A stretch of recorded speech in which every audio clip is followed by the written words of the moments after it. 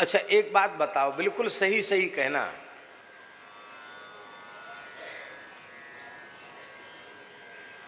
हम अपनी बात आप लोगों पर थोप नहीं रहे हैं, पर हमारी जैसी समझ है उसके अनुरूप हम कह रहे हैं। भगवान आदि शंकराचार्य महान भक्त हैं, वो ज्ञानी तो हैं ही, महान भक्त हैं।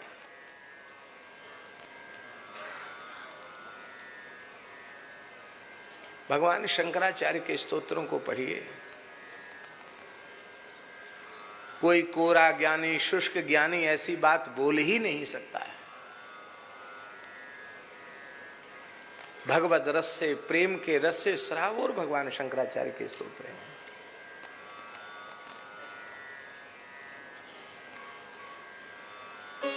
और एक विशेष बात, उनकी जन्मदात्री माता ने उनसे वचन लिया था कि मृत्यु के क्षण में तुम हमारे निकट आ जाना। अब मृत्यु के क्षण में आदि शंकराचार्य भगवान अपनी जन्मदात्री माता के पास कालड़ी ग्राम में पहुंच गए और उनकी जन्मदात्री माता अंतिम अवस्था में थी। उस समय अपनी माता को भगवान शंकराचार्य जी ने सत्यम ब्रह्म जगन मिथ्या नहीं समझाया, तत्वमसि नहीं समझाया, प्रज्ञानम ब्रह्म नहीं समझाया, नेह नानास्ति किंचन नहीं समझाया, अयम आत्मा ब्रह्म नहीं समझाया, आत्मैवेदम सर्वम यह नहीं समझाया। क्या समझाया? श्री कृष्ण स्तोत्र सुनाया और सच्चिदानंद श्री कृष्ण का साक्षात दर्शन कराया और अपनी जन्मदात्री माता को नित्य गोलोक पहुंचाया।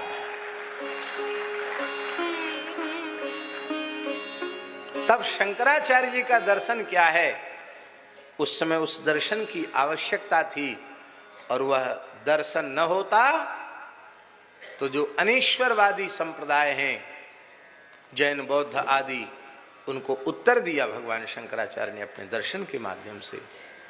पर वे महान भक्त थे।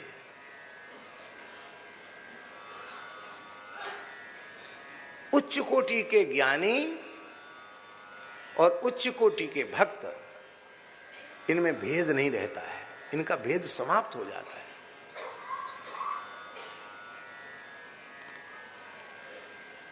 ज्ञान ही प्रेम के रूप में प्रकट हो जाता है।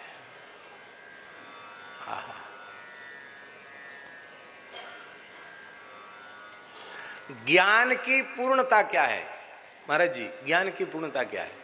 ज्ञान की पूर्णता है सर्वम खलविदम ब्रह्म, ये ज्ञान की सिद्धावस्था है। और प्रेम की, भक्ति की सिद्धावस्था क्या है? वासुदेवः सर्वमिति स महात्मा सुदुर्लभः। अब बोलो, सर्वम विष्णुमयम जगत अथवा सर्वम खलविदम ब्रह्म अथवा वासुदेवः सर्वम, इसमें क्या अंतर रह गया? कोई अंतर नहीं रह गया। हाँ,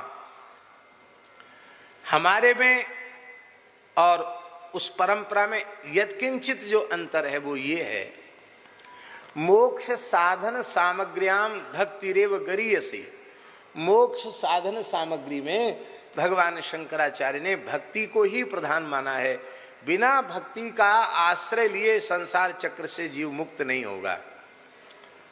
तो अब यहां देखिए, बड़ी बारीक बात है, यहां भक्ति साधन हो गई और साध्य मुक्ति हो गई। कैवल्य मुक्ति जो है वो साध्य हो गई, पर हमारे यहाँ भक्ति साधन भी है और भक्ति साध्य भी है। बस इतनी बात है, क्योंकि उनको भगवत प्रेम का ऐसा अपूर्व आस्वादन का सौभाग्य प्राप्त हो जाता है कि उस प्रेम रस के आस्वादन के लिए वे कहते, प्रभु जेहि जोनि जन्महु कर्म बस तहाँ राम पद अनुरागे हों। उनको बार बार लगता, भवे भवे यथा भक्ति ही पादयोस्तव जायते तथा कुरुष देवेशो नाथस्त्वं नो यथा प्रभु।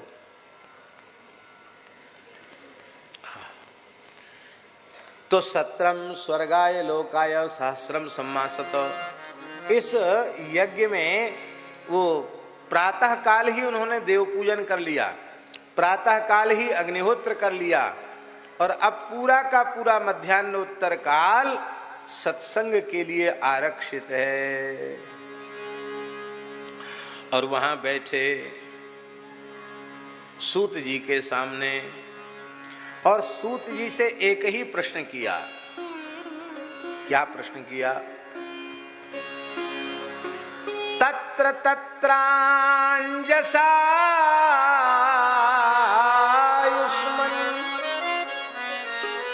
भवता यद विनिश्चितं पुंसां एकांततः श्रेयः तन्नः शंसितुमर्हसि। हे भगवान, जीवों के परम कल्याण के अनेकों साधन वेदादि शास्त्रों में कहे गए हैं।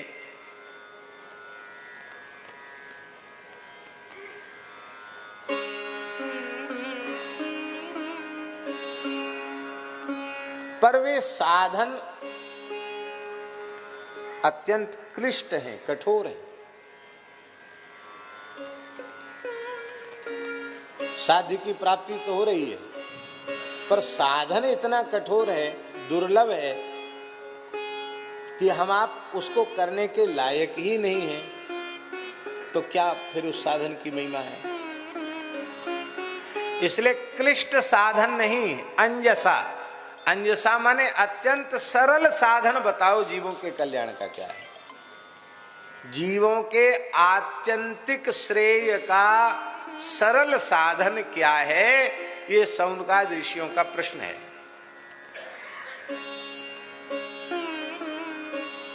निश्रेयस माने होता है जिस कल्याण की प्राप्ति के बाद फिर दूसरा कुछ पाना शेष न रह जाए।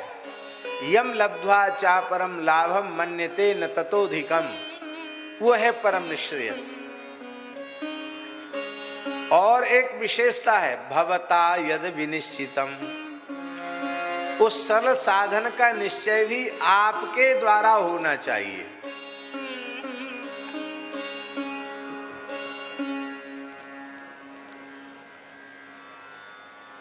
जिस साधन का आप स्वयं आश्रय नहीं लेंगे,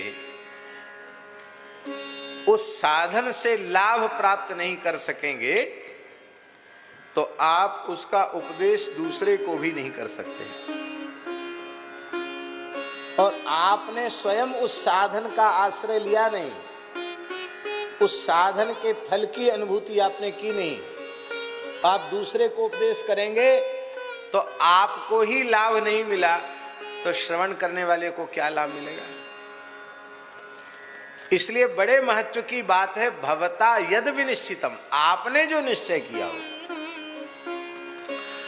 और संत ऐसे निश्चय नहीं करते हैं, वे पहले साधन को आत्मसात करते हैं, अपने जीवन में उतार लेते हैं, फिर तीव्र साधन से लाभ प्राप्त करते हैं, और जब उन्हें खुद को लाभ मिल जाता है तब कहते भैया बहुत बढ़िया बात है, बहुत फायदे की बात है, हमको इससे बहुत फायदा हुआ है, तुम भी सुन लो।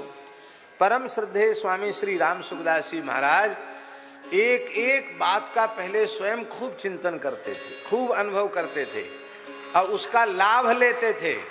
इसके बाद अपने प्रवचनों में कहते थे, उसका बड़ा भारी लोगों के ऊपर प्रभाव होता, बहुत भारी प्रभाव, तत्काल प्रभाव होता था स्वामी जी की वाणी का।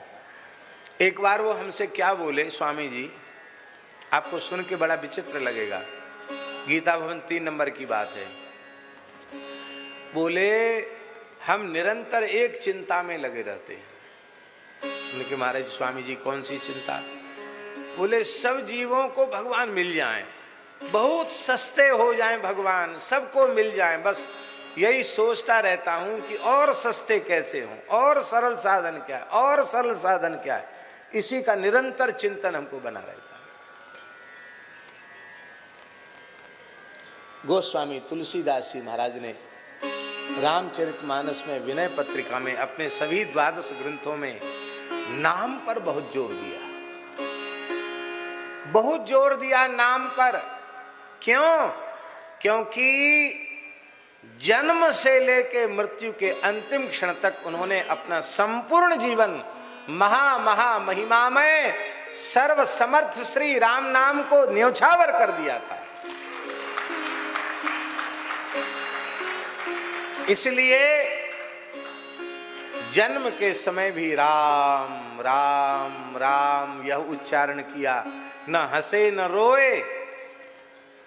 और जब भगवत धाम प्रयाण की वेला आई, काशी में लोग उनको 80 घाट पर घेरे हुए, उनके प्रेमी नेमी साधक खड़े थे। अब यह महान संत, महान भक्त कवि अब अस्ताचल की ओर जा रहे हैं। उनके मित्र टोडरमल ने कहा कि अंतिम वाक्य भी हम लोगों को कुछ कह जाइए। उस समय वे मौन में थे, क्योंकि बोलेंगे तो भीतर से नाम की विस्मृति होगी, नाम छूटेगा। इसलिए अंतिम क्षण में उन्होंने लिखा, पूरा कवित्त नहीं बोलेंगे, गोस्वामी जी का आखिरी कवित्त है, अंतिम पंक्ति बोलेंगे केवल। लाखन में एक बात तुलसी बताए जात, जन्म जो सुधारो चाहो तो राम नाम लीजिए। जन्म जो सुधारो चाहो तो राम नाम लीजिए। सबसे जीवन के आरंभ में भी राम और अंत में भी जन्म जो सुधारो चाहो तो राम नाम लीजिए।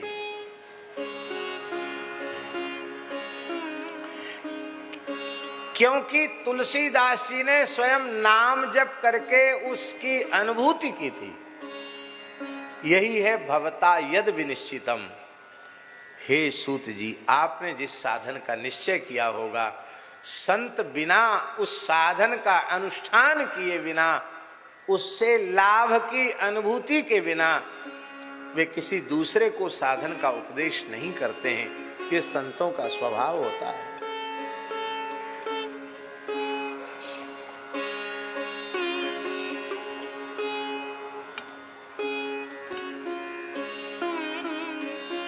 आहा, हे भगवान, कलयुगी प्राणी एक तो अल्पायु है, बहुत कम उम्र है, फिर मंद है, मंद माने आलसी है।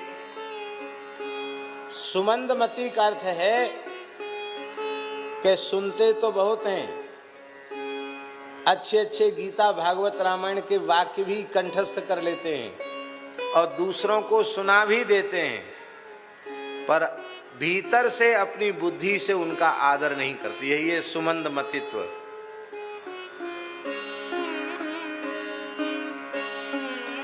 वो अपने ज्ञान का, अपने विवेक का आदर नहीं करते। ये सुमंदमती दोष है।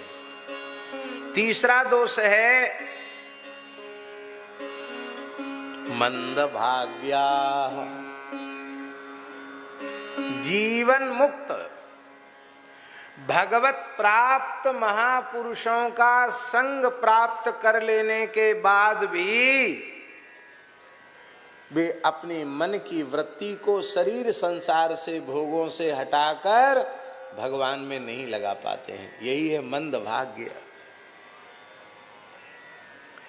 कैसे कैसे महापुरुषों का भगवत कृपा से हम लोगों को दर्शन हुआ, उनकी सन्निधि मिली, उनका संग मिला, उनका सत्संग मिला, लेकिन जब हम आत्मनिरीक्षण करते हैं तो लगता है ढाक के 3 पात, कोई अंतर नहीं आया। जैसे पहले थे वैसे अब। धर्म सम्राट स्वामी शिखरपात्री जी महाराज कहते थे, दुर्भाग्य है आज हिंदू सनातन समाज ठठेरी की बिल्ली बनकर रह गया है। ठठेरे की बिल्ली जानते हो? नहीं जानते? ठठेरा तो जानते हो कि नहीं? बर्तनों को ठोक पीट करके ठीक करता है, उसको ठठेरा कहते हैं। छेद हो जाता तो उसमें दूसरा, जैसे कपड़े पे थेगरी